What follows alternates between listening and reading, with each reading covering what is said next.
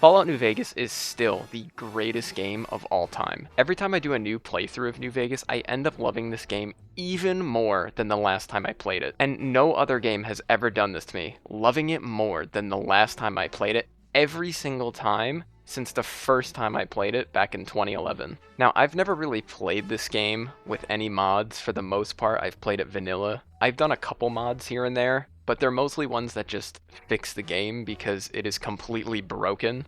But modding adds infinite replayability to this game, like infinite, and I already feel like it has an insane amount of replayability in the vanilla game. Modding also isn't the only reason I believe this game is the greatest of all time, but that does add so much value. In my most recent playthrough, I did end up using a mod pack that added over 800 mods, and it genuinely felt like a brand new game.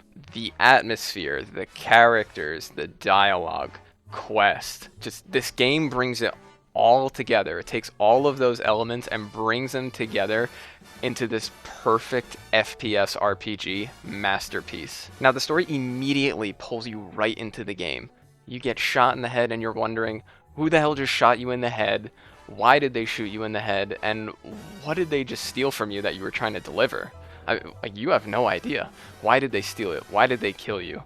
Or at least they tried to kill you. As you make your way around the Mojave Wasteland, the Mojave Desert, and you start to meet more characters, you meet brand new characters in different areas, you start to get closer and closer to who you're trying to hunt down, and you piece together the story very slowly. But it all starts as a mystery, really, which is what makes you curious as to what's going on in this story. That's why it pulls you in. And then finally, you make it to New Vegas. The atmosphere when you first enter New Vegas is completely unmatched. New Vegas is a large city that's completely untouched, it seems like, compared to the rest of the Mojave Wasteland. And in a world like Fallout, where everything has been completely destroyed by nuclear bombs, this is the first of its kind that we've ever really seen. And finally, you get to meet Benny in his classic, iconic checkered suit. But it's right here in the story where the game actually changes, and it changes for the better.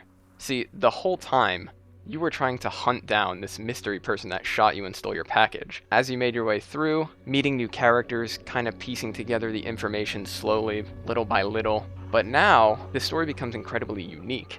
You actually have several options for your path going into the end of the game. It really just depends on which faction you want to side with.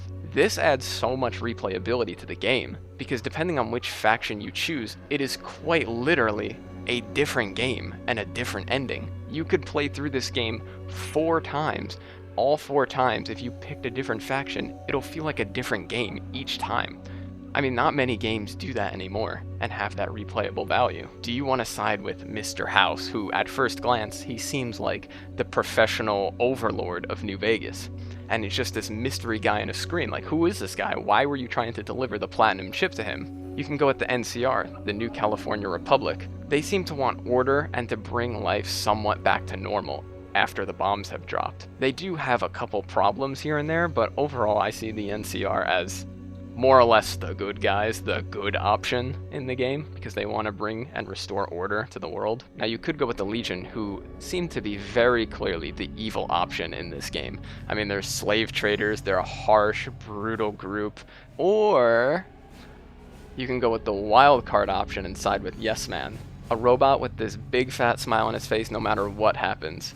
And you can take over New Vegas with him to make it independent. All of these endings, all these factions are completely different to each other and all have their pros and cons, their strengths and weaknesses, depending on who you want to pick. But it adds to the story of the game because it gives you so many options. You have this freedom to choose what you want to do. Then there are other little factions here and there that you can side with, of course, depending on how you want to go. You have the Boomers, the Brotherhood of Steel, the Great Khans, the Powder Gangers. So many different paths to the end of this game and to the end of the story. Exploring the world of Fallout New Vegas, it might not be its strongest point of the game compared to something like Fallout 4, and that's due to it being somewhat barren and empty, but it does kind of make sense that it's a barren desert. I mean, it is the Mojave Desert. There is pretty much nothing for miles on end.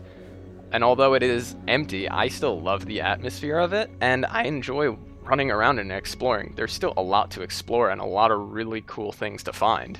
It's not just completely empty, like your modern open world game that's bland and boring and has no soul. It might be more empty than others, but it still has a soul to it, especially when you put on Radio New Vegas while patrolling the Mojave. And it's this weird contrast of this barren, empty desert followed by this unmatched feeling of getting to New Vegas. It's a barren world, a barren desert, followed up by a bustling city filled with lights and gambling. The characters and NPCs in this game genuinely feel alive. They're not just standing there saying pre-programmed lines to you. It feels like you're actually having a conversation with them, and that's because Fallout New Vegas is notorious for its dialogue.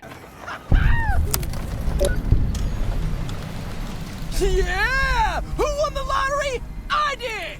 Smell that air! Couldn't you just drink it like booze? But not no more. Powder Gang is small time, man. I'm a winner! I won the motherfucking lottery!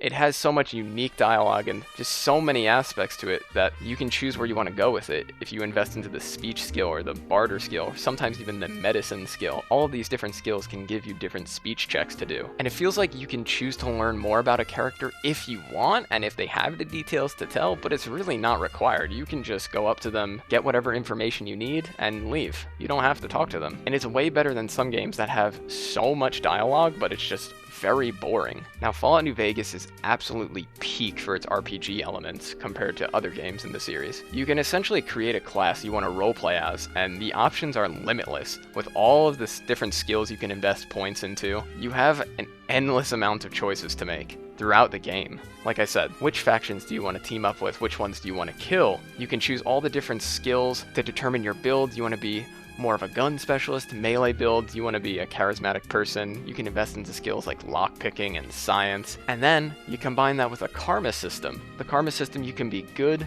you can be evil, you can be neutral. You have endless freedom on how you want to play this game, and it gives you a reason to keep coming back and playing it again, but this time as a different character. Come back a year later, play it again, but as a different character, and each time feels like a brand new game, like I said. This game also has 4 DLCs, which all feel very unique to each other. It just adds so much to it. You don't have to play the DLCs. You can get hundreds of hours from this game without the DLCs. But then you add the DLCs in, and you're just adding endless content for yourself. Some people might feel certain DLCs aren't as strong as others, like Dead Money, but personally, I loved all 4 DLCs. All 4 DLCs bring a unique experience to you, different weapons to find, different enemies to fight, a different story, and it adds to the overall lore of the whole game. My favorite is Old World Blues, but honestly, I really liked Honest Hearts, just exploring Zion National Park.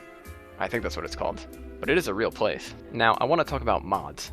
I mentioned them at the start. I usually play vanilla and I'm not really using mods, although my last playthrough I used a giant mod pack. You have quite literally infinite amounts of mods to play with this game. It's so easy to mod this game in 2026. There are just mod packs that contain thousands of mods with a detailed list of instructions of how to install it. Each mod pack feels completely different to one another. Like, some of these mod packs have crazy graphics overhauls. It literally is just Fallout New Vegas remastered. We don't even need to wait for it. Like, we already have the remaster of New Vegas. But even without the mods, just vanilla, this game is pure perfection in my opinion. Fallout New Vegas might lack in the combat department and maybe a little bit in the exploration, although I love it, but you get the absolute peak when it comes to RPG elements, and just the story of the game is so good. Now, the one thing that's been common throughout this entire video at every single point is freedom. Most games do not care about this anymore, or if they do, it's not fully fleshed out really, but it runs deep in Fallout New Vegas, and I believe that the freedom you are given in this game is the reason it is absolutely the greatest game of all time. And if you've never played this game, but you started watching the show after season 2, definitely give this game a try. You can play it on PC, you can play it on console. It's like $5, maximum $5, I would guarantee it. Give it a shot and you will not regret it.